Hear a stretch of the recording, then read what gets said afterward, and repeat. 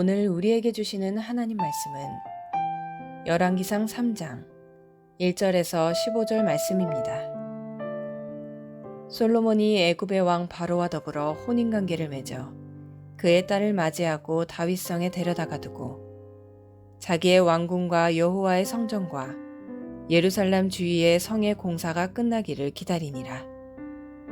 그때까지 여호와의 이름을 위하여 성전을 아직 건축하지 아니하였으므로 백성들이 산당에서 제사하며 솔로몬이 여호와를 사랑하고 그의 아버지 다윗의 법도를 행하였으나 산당에서 제사하며 분향하더라. 이에 왕이 제사하러 기브온으로 가니 거기는 산당이 큼이라. 솔로몬이 그 제단에 1000번제를 드렸더니 기브온에서 밤에 여호와께서 솔로몬의 꿈에 나타나시니라. 하나님이 이르시되 내가 내게 무엇을 줄고 너는 구하라. 솔로몬이 이르되 주의 종 내 아버지 다윗이 성실과 공의와 정직한 마음으로 주와 함께 주 앞에서 행함으로 주께서 그에게 큰 은혜를 베푸셨고 주께서 또 그를 위하여 이 큰 은혜를 항상 주사 오늘과 같이 그의 자리에 앉을 아들을 그에게 주셨나이다. 나의 하나님 여호와여, 주께서 종으로 종의 아버지 다윗을 대신하여 왕이 되게 하셨사오나 종은 작은 아이라 출입할 줄을 알지 못하고 주께서 택하신 백성 가운데 있나이다. 그들은 큰 백성이라 수요가 많아서 셀 수도 없고 기록할 수도 없사오니 누가 주의 이 많은 백성을 재판할 수 있사오리이까. 듣는 마음을 종에게 주사 주의 백성을 재판하여 선악을 분별하게 하옵소서. 솔로몬이 이것을 구하매 그의 말씀이 주의 마음에 든지라. 이에 하나님이 그에게 이르시되 내가 이것을 구하도다. 자기를 위하여 장수하기를 구하지 아니하며 부도 구하지 아니하며 자기 원수의 생명을 멸하기도 구하지 아니하고 오직 송사를 듣고 분별하는 지혜를 구하였으니 내가 내 말대로 하여 내게 지혜롭고 총명한 마음을 주노니 내 앞에도 너와 같은 자가 없었거니와 내 뒤에도 너와 같은 자가 일어남이 없으리라. 내가 또 내가 구하지 아니한 부귀와 영광도 내게 주노니 내 평생의 왕들 중에 너와 같은 자가 없을 것이라. 내가 만일 내 아버지 다윗이 행함같이 내 길로 행하며 내 법도와 명령을 지키면 내가 또 내 날을 길게 하리라.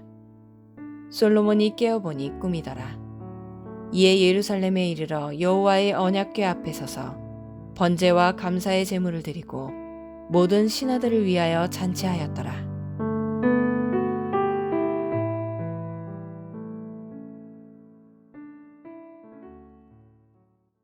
크든 작든 지도자의 자리에 서게 되면 가장 절실하게 요구되는 것이 있는데 바로 지혜입니다.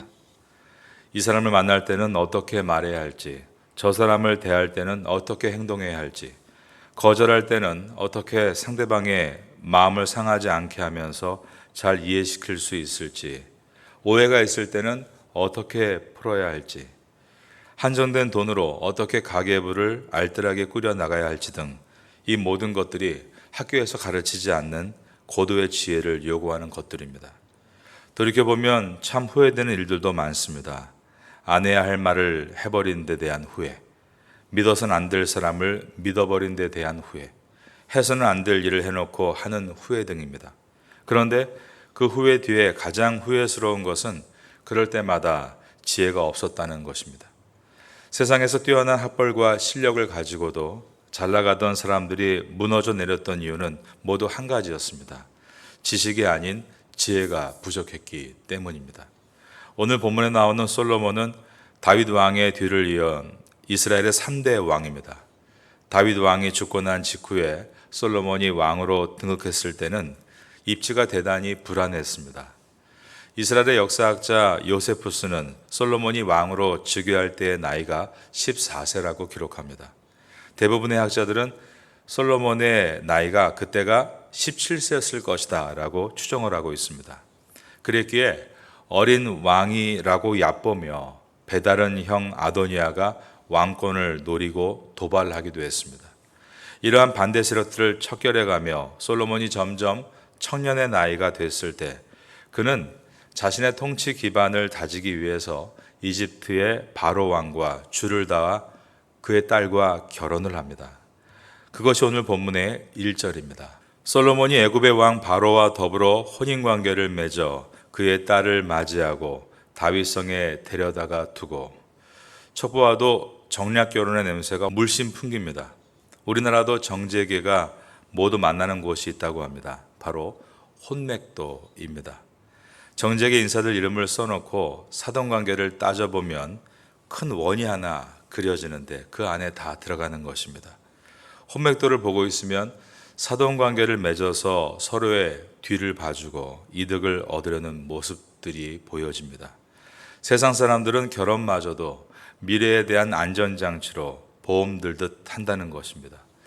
솔로몬도 처음에 왕이 되고 나서 닥쳐오는 일에 대한 부담감과 어려움들을 덜어내기 위해 정략 결혼이라는 인간적인 안전장치를 만들려고 했습니다. 그는 한꺼번에 너무 많은 사업들을 벌였습니다. 1절 하반절에 보면 자기의 왕궁과 여호와의 성전과 예루살렘 주위의 성의 공사가 끝나기를 기다리니라 라고 되어 있습니다. 자신이 살 왕궁 그리고 하나님의 성전까지, 게다가 예루살렘 주위에 여러 성들을 건축하는 토목공사들까지 한꺼번에 시작한 것입니다. 열왕기상 6장과 7장을 보면 왕궁을 건설하는 데는 13년이 걸렸고 성전 건축은 박차를 가했으나 7년이나 걸렸다라고 되어 있습니다. 그 외에 수도 예루살렘을 중심으로 여러 토목공사들을 벌인 것입니다. 일이 한꺼번에 몰리고 과중할 때 사람은 두려움을 느낍니다. 과연 이룰 수 있을까? 젊은 왕 솔로몬은 내심 불안했기에 강국 이집트의 손을 붙들기 위해서 정략 결혼을 선택한 것입니다. 일이 한꺼번에 몰릴 때, 그것이 한계를 넘어갈 때 사람은 무너집니다. 예전에 우리나라에서 영세업을 해도 사업하는 분들을 모두 사장님이라고 불렀습니다. 그리고 부러워했습니다. 그런데 IMF가 닥쳤을 때 자살한 분들의 대부분이 그 사장들이었습니다. 직격탄을 맞고 빚더미에 앉으니 더 이상 발을 떼지 못하고 무너져 내린 것입니다. 솔로몬도 직격탄을 맞을 차례였습니다. 일들이 자신이 할 수 있는 한계를 벗어나고 있었습니다. 이런 과중한 업무에 맞부딪힐 때 돌파구를 선택해야 했습니다. 이 순간 솔로몬이 했던 귀중한 일이 있는데 그것은 돌파구로 모든 지혜의 근원이신 하나님 앞에 나아갔다는 것에 있습니다. 4절에 보면 솔로몬이 하나님께 예배를 드리기 위해 기브온으로 갔다라고 되어 있습니다. 3절과 4절을 봅니다. 솔로몬이 여호와를 사랑하고 그의 아버지 다윗의 법도를 행하였으나 산당에서 제사하며 분향하더라. 이에 왕이 제사하러 기브온으로 가니 거기는 산당이 큼이라. 솔로몬이 그 제단에 1천 번제를 드렸더니, 솔로몬이 사는 예루살렘에서 기브온까지는 상당히 먼 거리입니다. 북서쪽으로 10km가 떨어져 있는 곳이었습니다. 그리고 높이도 해발 722m나 되는 높은 언덕이었습니다. 과중한 업무에 시간에 쫓기는 솔로몬의 선택은 그것까지 찾아가서 하나님께 예배를 드리는 것이었습니다. 그는 그곳에서 그 유명한 1,000번제를 드립니다. 하지만 방금 말씀드린 대로 그가 진물을 보고 있는 곳과 예배드리는 곳의 거리가 10km나 떨어져 있기 때문에 그 당시에 자동차도 없는 상황에서 어떻게 매일 갈 수 있었을까? 그래서 어떤 사람들은 솔로몬이 드린 1,000번제가 말 그대로 번자가 태울 번자이기 때문에 한꺼번에 1,000마리의 짐승을 태워드린 제사다, 즉 양으로 승부한 제사다라고 말들을 합니다. 그런가 하면 어떤 사람들은 이것은 천일 기도와 같은 것으로서 자기의 소원을 1000일 동안 빌어서 응답받은 것이다, 지성이면 감천이라는 불교식으로 말하는 분도 있습니다. 솔로몬이 하나님 앞에 나가기 위해 드린 것은 자기의 소원을 성취하려는 목적이 아니었습니다. 3절에 보면 그 예배의 동기는 하나님을 사랑하기 때문이었다라고 되어 있는 것입니다. 3절에 솔로몬이 여호와를 사랑하고 라고 되어 있습니다. 솔로몬은 과중한 업무와 경쟁 사회 속에서 잠시 빠져나와 우선순위를 하나님께 두고 만나고 하나님을 사랑하며 그렇게 자기의 심령을 계속 돌본 것입니다. 저는 오늘 이 새벽의 예배의 자리가 솔로몬이 하나님 앞에 찾아 나왔던 것과 같은 그렇게 하나님과의 깊은 만남을 사모하는 예배가 될 수 있기를 바라겠습니다. 솔로몬은 이 일천번제를 드리는 예배를 통해 하나님께로부터 지혜와 총명을 얻었습니다. 지혜란 명철과 학식과 기술 등을 담고 모든 삶의 분야를 어우르는 통찰력을 말합니다. 총명이란 어렵고 복잡한 문제를 올바르게 해결할 수 있는 판단력을 가리킵니다. 성경은 솔로몬의 지혜와 총명이 모든 동쪽 사람들의 지혜와 애굽 사람들의 지혜보다 뛰어났다라고 기록합니다. 지금은 서구 시대라고 하지만 사실 서구 문명이 동양을 앞지르기 시작한 것은 얼마 되지 않습니다. 16세기의 르네상스의 시작과 18세기의 산업혁명 이후였습니다. 그러나 이전까지는 모든 학문과 과학의 근원은 사실은 동양에 있었습니다. 그 중에 고대 중동 사회의 최고의 학문의 메카는 애굽, 즉 이집트였습니다. 이집트는 사막 한가운데 피라미드를 지을 정도로 건축과 과학과 수학과 그리고 천문학에 뛰어났습니다. 심지어 어떤 부분은 오늘날까지도 현대 문명으로 도저히 풀 수 없는 미스테리로 남아있는 부분도 있습니다. 그런데 솔로몬의 지혜와 총명이 동쪽 사람들의 지혜와 애굽 사람들의 지혜보다 뛰어났다라고 되어 있는 것은 그의 지혜가 어느 정도였는가를 가늠할 수 없을 정도로 대단했다는 것을 보여줍니다. 열왕기상 4장 34절에 보면 솔로몬의 지혜를 들으러 천하의 왕들이 사신들을 보냈습니다. 4장 32절에는 그가 지은 잠언이 3,000가지였다라고 되어 있고 노래가 1,005편이었다라고 되어 있습니다. 그리고 4장 33절에는 그가 식물과 동물학 같은 자연과학에도 해박했고 많은 저술을 남긴 것을 알 수 있습니다. 당시 고대의 중동 국가들 사이에서 최고의 독보적인 지식과 문화를 갖고 있는 국가가 바로 솔로몬이 세운 나라였던 것입니다. 솔로몬이 일천번제를 드렸을 때 하나님께서 나타나셨습니다. 그리고 솔로몬에게 물으셨습니다. 내가 내게 무엇을 줄까? 너는 구하라. 5절 말씀입니다. 기본에서 밤에 여호와께서 솔로몬의 꿈에 나타나시니라. 하나님이 이르시되 내가 내게 무엇을 줄고 너는 구하라. 이 구절은 많은 사람들이 성경을 보면서 가장 설레하는 구절 가운데 하나입니다. 모든 것을 다 이루실 수 있는 전지전능하신 하나님께서 질문하신 것입니다. 너에게 무엇이 필요한가 말하라. 이 질문은 무엇이든지 구할 수 있다는 뜻이고 무엇이든지 구하면 이루어진다는 의미였습니다. 여러분이라면 하나님께서 이 질문을 던지실 때 무엇을 구하시겠습니까? 돈 버는 지혜를 구하시겠습니까? 학문에 뛰어날 수 있는 지혜를 구하시겠습니까? 청년들은 애인 구하는 지혜를 구하시겠습니까? 솔로몬이 구한 지혜는 무엇이었는가? 3장 9절에서 그 답을 찾아볼 수 있습니다. 8절과 9절을 보겠습니다. 주께서 택하신 백성 가운데 있나이다.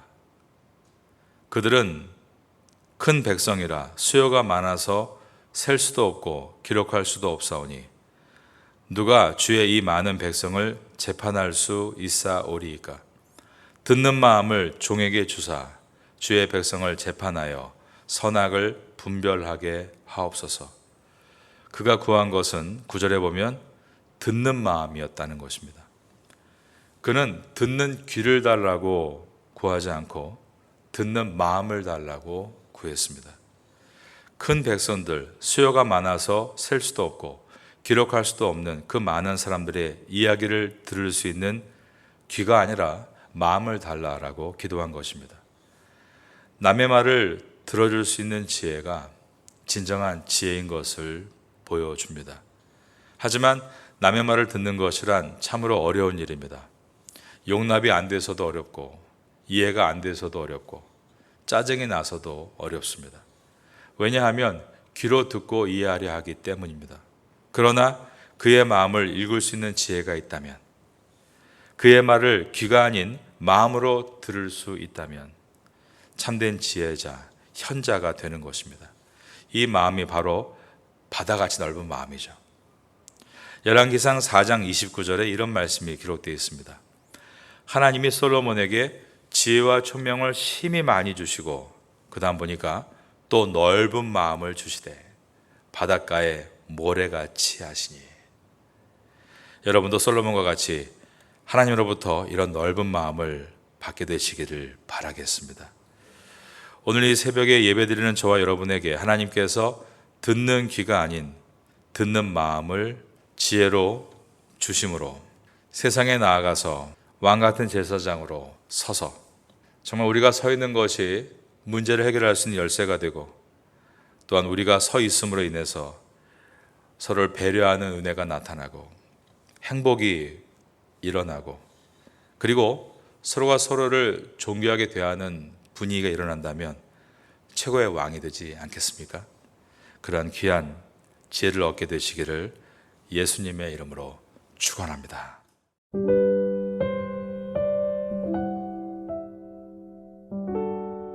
지금은 함께 기도하는 시간입니다. 4월의 공동 기도 제목은 첫째, 선교를 위해 기도하는 교회가 되게 하소서. 둘째, 이 지역 교회들의 필요함을 채워주는 교회가 되게 하소서. 셋째, 지역 사회를 섬기는 교회가 되게 하소서. 넷째, 태국 목회자들과 한국 선교사들을 후원하는 교회가 되게 하소서. 말씀을 붙잡고 기도하는 귀한 시간 되시기를 소망합니다.